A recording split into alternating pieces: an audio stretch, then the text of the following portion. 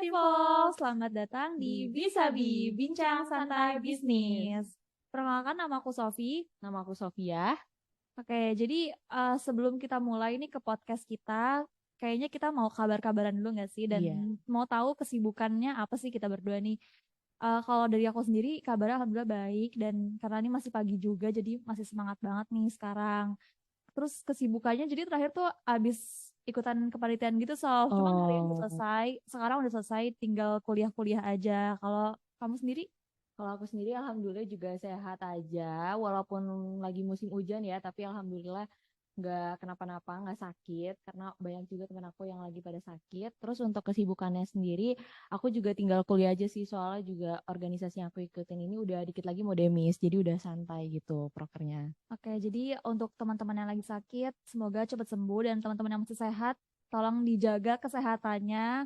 Karena sebentar lagi kita udah mau UAS, Iya kebetulan. Jadi kita betul. harus sehat dan semangat. Iya. Makanya hari ini kita nggak jauh-jauh dari kuliahan kita juga sih sebenarnya pembahasannya. Kita mau ngebahas seputar manajemen, lebih tepatnya tentang produk life cycle suatu perusahaan. Iya, ini pasti Sobat Atimfox masih pada bingung nggak sih PLC itu apa sih?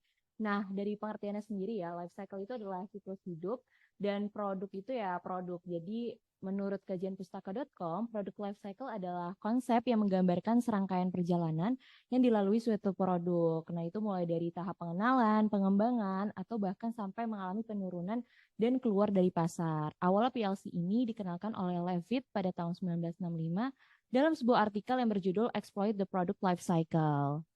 Nah, jadi kenapa sih kita tuh pilih produk life cycle sebagai topik kita? Karena alasannya tuh PLC itu penting menurut kita. Jadi PLC itu eh, bisa menjadi alat ukur untuk ngebantu kita ngambil keputusan untuk keberlanjutan usaha kita. Dengan kita tahu daur hidup bisnis kita, jadi kita bisa memperjelas berbagai tantangan pemasaran yang bakal kita hadapi nanti selama kita menjalani bisnis ini. Jadi kita tuh kebayang gitu loh, kita harus cari alternatif kayak gimana sih untuk Iya. ngelanjutin usaha ini supaya gak berhenti di jangka waktu yang pendek gitu. Nah, contohnya tuh dengan PLC ini kita kayak tahu kapan sih kita harus naikin iklan, kapan kita harus nurunin harga, kapan kita harus bikin diskon gitu misalkan, atau memperluas pasar dan sebagainya. Nah, tadi yang seperti udah aku mention, kalau PLC ini punya beberapa tahapan. Yang pertama itu ada introduction atau pengenalan. Nah, di tahap ini tuh perusahaan tuh baru mulai meluncurkan dan mengenalkan produknya kepada masyarakat. Contohnya tuh kayak pas awal-awal biasanya pasar itu ngadain promo besar-besaran gitu, cashback 50% atau beli dua gratis satu biar untuk menarik para pelanggan gitu kan. Terus juga biaya produksi unitnya masih tinggi, omsetnya masih rendah, dan biasanya tuh perusahaan masih tahap pencarian distributor karena baru-baru mulai gitu kan, kayak distributor tuh masih bingung juga, susah dapat distributor lah karena masih dikit lah testimoninya gitu, belum tahu nih produknya beneran berkualitas atau enggak. Karena pasti distributor maunya yang nguntungin juga nggak sih buat Iya, mereka. dan yang kedua itu ada growth atau perkembangan. Nah, di tahap ini si produk tuh udah mulai dikenal dan dipakai oleh konsumen. Ciri-cirinya tuh biaya produksi per unitnya udah mulai menurun, terus pasarnya udah semakin meluas dan omsetnya juga udah terus menaik nih. Terus juga mulai muncul pesaing baru, produknya juga lebih bervariasi dan cash flow-nya tuh udah berubah nih dari negatif menjadi positif. Jadi bisa dibilang itu kayak udah mau naik gitulah, udah mau ke Iya, puncaknya. Terus selanjutnya ada maturity atau kedewasaan. Nah, pada tahap ini tuh omset penjualan sebuah produk mulai menurun. Persaingannya juga semakin ketat, jadi makin banyak nih produk-produk yang mirip. Terus saling berebut pasar, karena kan tadi udah banyak ya produknya yang mirip, makanya saling berebut pasar dan konsumen. Nah, ciri-cirinya itu ada harga produk semakin menurun, market leadernya memiliki laba yang banyak, produksinya tinggi, ada inovasi varian rasa, jenis, bentuk, atau inovasi lainnya. Terus cash flow-nya juga semakin kuat. Dan yang terakhir itu pesaingnya kalah dari kompetisi. Jadi perusahaan kita tuh semakin di depan. oke, iya benar. Nah, makanya itu supaya tetap bertahan, satu produk harus punya kelebihan kayak mikrofon sama headphone yang lagi kita pakai sekarang. Mikrofon apa tuh? Ya, jadi mikrofon yang kita pakai sekarang tuh mikrofon dari Shure MV7 yang gampang banget dipakai dengan pilihan konektor yang fleksibel. MV7 dapat menghasilkan suara yang bagus dan jernih banget suaranya. pengaturan volume dengan sistem touchpad yang ada di mic ini juga membantu mengatur volume mic maupun headphone monitor jadi lebih mudah. Pantesan banget ya kita dari tadi nih ngomong lancar banget karena Lancar banget. mikrofon sama headphone yang kita pakai ini keren banget ya, Sof. Iya, karena ini jujur ya, emang beneran jernih banget Iya sih suaranya. suaranya.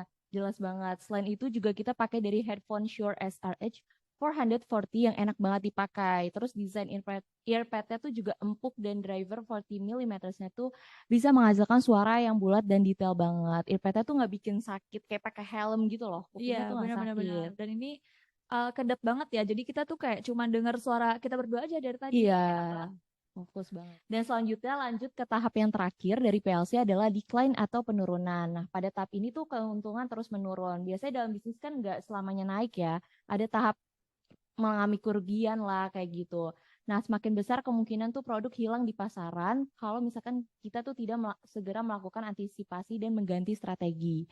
Ciri-cirinya tuh jumlah produksinya menurun, konsumennya udah mulai jenuh, kayak produk kita tuh udah nggak nge-reach target dari pasar tersebut lagi gitu. Terus juga pesaingnya semakin banyak dan menggantikan produk yang mengalami penurunan tersebut. Terus keuntungannya juga menurun secara signifikan. Nah, ini kan dari tadi kita jelasinnya secara teoritis gitu kan. Kayak pasti Team Fox nih masih pada bingung kalau misalkan in real life ya atau di lapangannya tuh seperti apa sih pengaplikasian dari PLC sendiri. Nah, dari Sofi sendiri ada nggak sih pengalaman tentang berbisnis yang bisa diceritain ke teman-teman Team Fox tentang produk life cycle-nya? Kalau aku dari sendiri soalnya belum pernah mulai berbisnis yang serius-serius gitu tuh ya. Jadi nggak bisa sharing, belum bisa sharing ke teman-teman.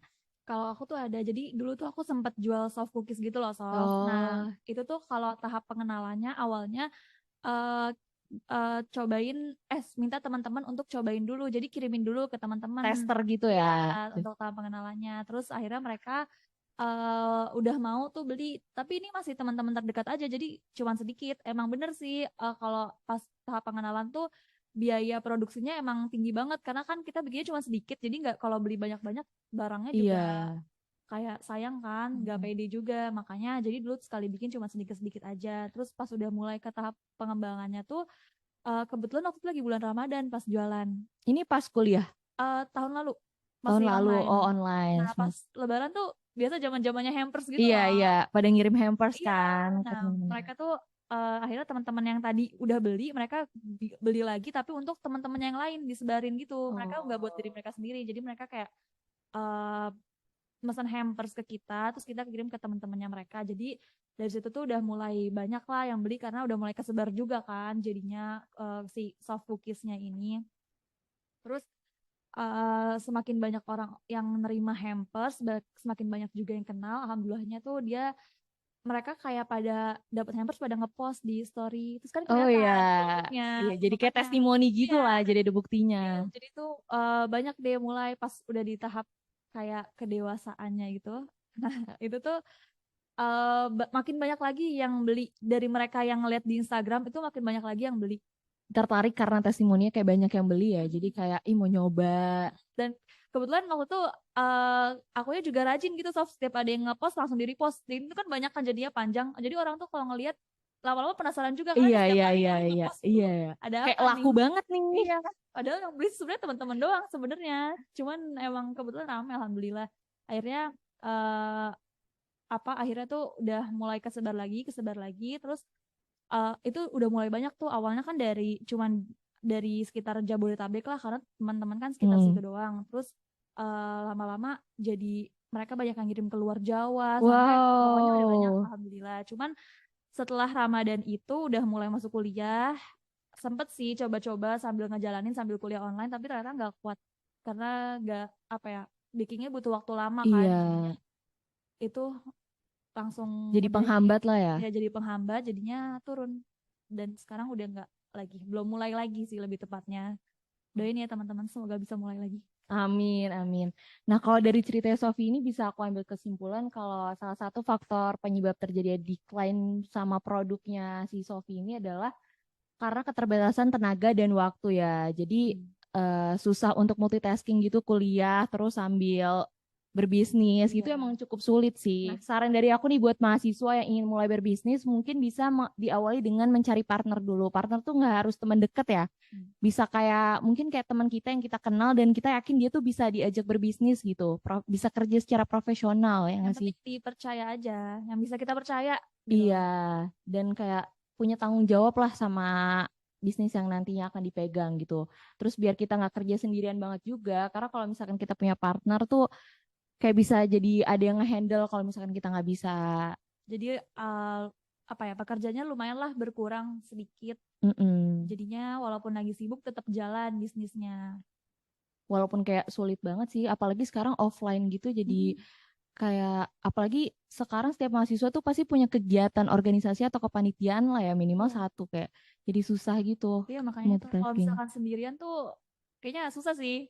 Kecuali kecuali kalau bisnisnya reseller-reseller gitu mungkin masih oke ya. Cuma Iya, kalau misalkan emang bikin sendiri. mengembangkan produk sendiri gitu harus nggak bisa sendiri sih menurut kita. Ya kan? Mm-mm.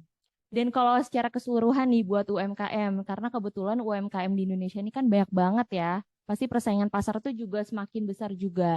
Nah, solusinya nih agar produk bisa terus bertahan di masyarakat, itu adalah dengan cara terus berinovasi dan upgrade tampilan produknya mengikuti perkembangan zaman. Karena tuh packaging tuh sekarang dilihat banget, tahu kayak orang tuh ngelihat packaging kayak, ih lucu banget jadi pengen beli gitu. Orang-orang tuh sekarang suka yang simple-simple gitu nggak sih Iya, packagingnya? betul banget.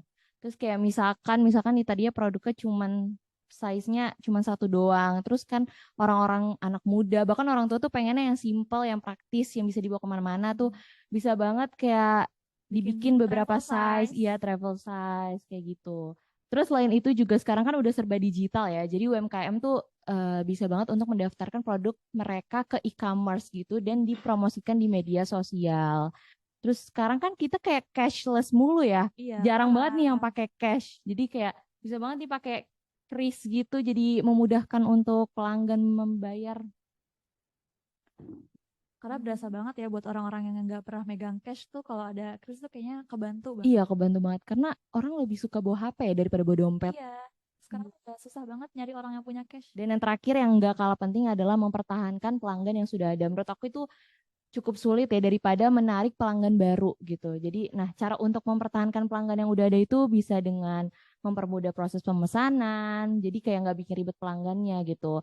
Terus juga kalau merespon pelanggan tuh harus yang ramah dan bisa mendengarkan kritik mereka secara profesional. Jadi jangan baper-baper nih admin-admin biar pelanggannya pada nggak pergi. Harus sabar ya. Kalau ada yang, terutama kalau ada yang komplain tuh sabar aja Iya, ngadepinnya. sabar. Kalau adminnya aja nggak sabar, gimana pembelinya? Mereka kan Iya, nanti ngeluarin malah pada uang. kabur. Jadi harus disabar-sabarin aja.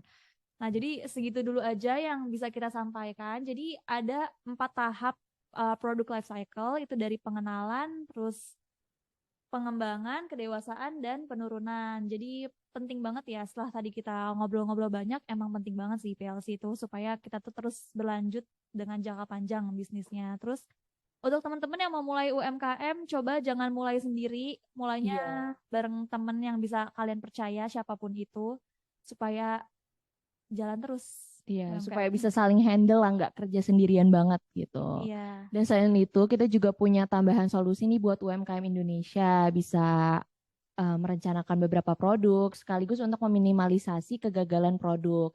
Jadi kayak ada cadangannya gitu loh. Terus juga merilis produk satu persatu sesuai dengan minat masyarakat. Jadi sebelum meluncurkan produk, kita kayak tes ombak dulu lah. Nih mana nih kira-kira yang cocok sama target dari pasar kita iya. tersebut. Karena sekarang tuh tren jalannya cepet banget. Iya Terus nggak sih? betul. Ya Jadi kan? orang kayak gampang banget bosen gitu, gampang ganti-ganti. Iya. Kita harus Jadi tes sigap. ombak. Terus juga melakukan promosi ini penting banget nih pemasaran nih.